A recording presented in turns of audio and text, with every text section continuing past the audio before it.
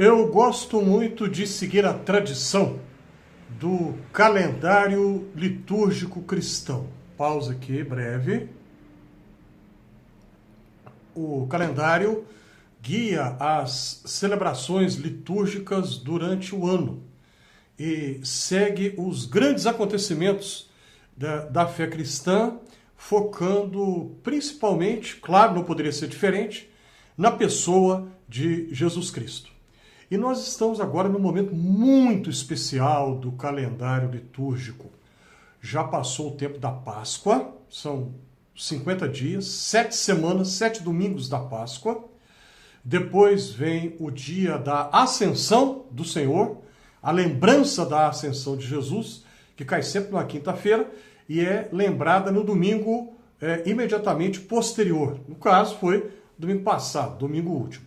E domingo que vem, domingo próximo, será o dia de Pentecostes. O dia que lembra a vinda, a descida do Espírito Santo.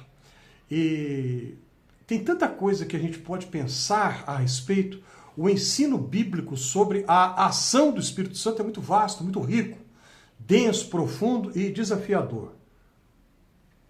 Mas, mesmo assim, tem muita gente que não entende muita coisa, que lê e não presta atenção em tantas informações que a Bíblia nos dá sobre o Espírito Santo. Eu gostaria de lembrar uma passagem aqui agora, que nós encontramos em Lucas capítulo 4, que é, conforme a narrativa lucana, é o início do ministério de Jesus.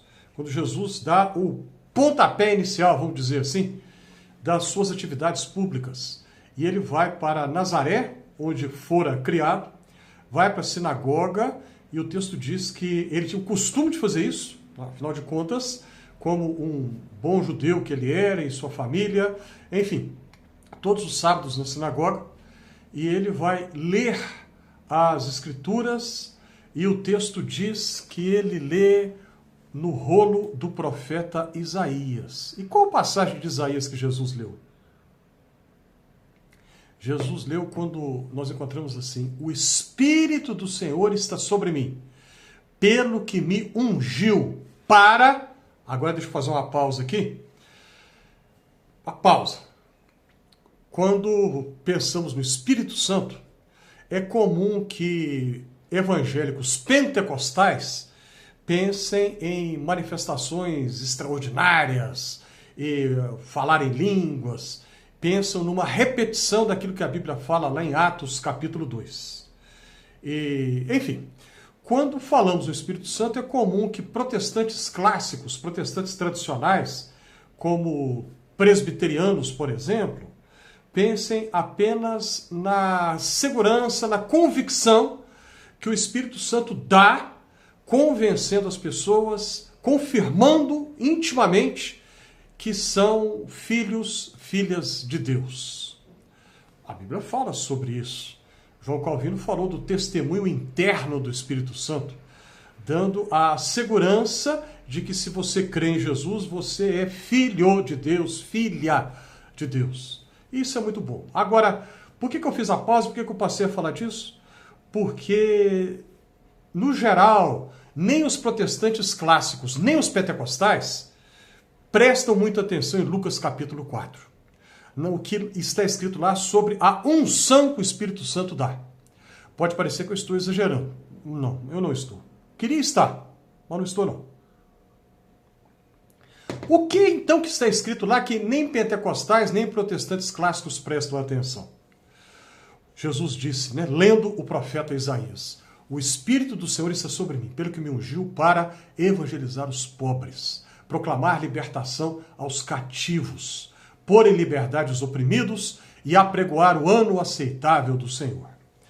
É muito comum que tanto pentecostais quanto protestantes clássicos interpretem estas palavras de Isaías de uma maneira praticamente alegorizada, como se fosse uma alegoria, e dizendo aquilo que o texto não diz. Então, pensam em cativos pelo pecado, está preso pelo pecado, então Jesus vai te libertar. Bom, isso é verdade, mas não é isso que o texto de Isaías está falando, não é isso que Jesus diz em Lucas capítulo 4.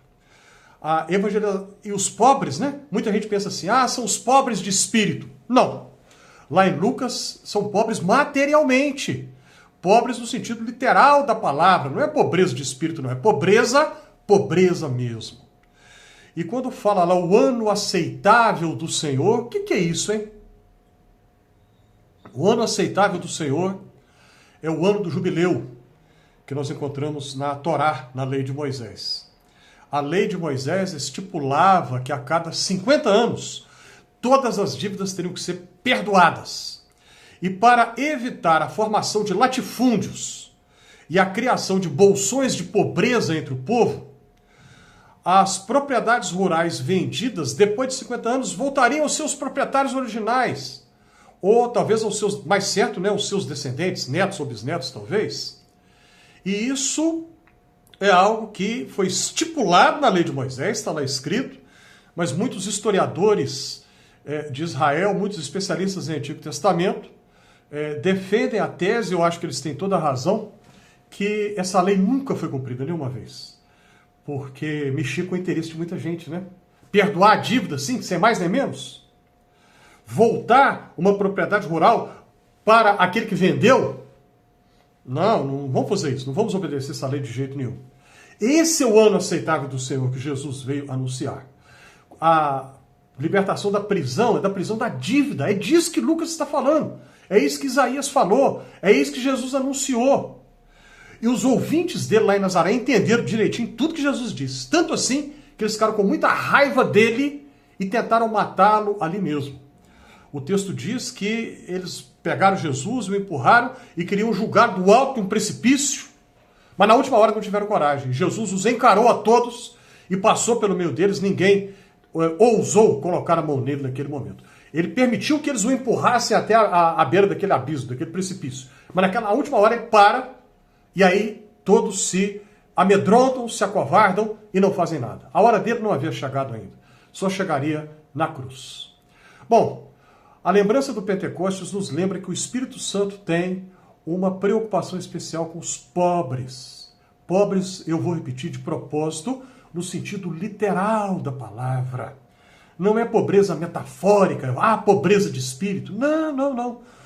Isaías, e depois no Evangelho de Lucas, Jesus mesmo diz que o Espírito do Senhor o ungiu para ele anunciar a libertação de dívidas, para ter um cuidado todo especial em relação aos pobres.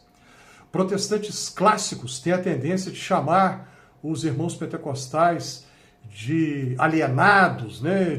Enfim, que não só se preocupam com coisas espirituais. E os irmãos pentecostais muitas vezes acusam os protestantes clássicos de só prestarem atenção em questões de natureza de justiça social. Bom, um grupo está certo quando acusa o outro e um grupo tem que aprender com o outro. O ideal que Jesus nos ensina é essa união entre a preocupação com questões de natureza social, e isso não é pauta política de esquerda, isso é o que a Bíblia fala. A Bíblia está escrita na Bíblia há mais de 2000 anos, quando não existia no mundo essa divisão que temos hoje de direita e esquerda. Muito antes disso, a Bíblia já falava dessas questões. Então, unir isso com questões da piedade pessoal e da vida com Deus e da alegria que vem da segurança de saber que pelo Espírito Santo, confirmando no seu coração, você é filho ou filha de Deus. Devias fazer essas coisas sem omitir aquelas. Uma ênfase não deve excluir a outra de jeito nenhum. É uma pena que isso aconteça, essa divisão entre os seguidores de Jesus. Domingo vem aí, Pentecostes vem aí, e o Espírito Santo é aquele que capacitou, ungiu Jesus para ter uma atenção toda especial em relação aos pobres. Que nós nos lembremos disso, que o Espírito Santo nos capacita para que sejamos misericordiosos e possamos ter ações concretas, palpáveis, tangíveis em relação às pessoas que estão numa situação pior do que a nossa. Isso faz sentido para você? Já parou para pensar nisso alguma vez? Clique aí na mãozinha do joinha, se esse é o caso. Compartilhe aí suas impressões, seus pensamentos a respeito. Ajude a compartilhar esse conteúdo. Inscreva-se aqui no Fé e Café. E se você já se inscreveu, você tem a minha gratidão.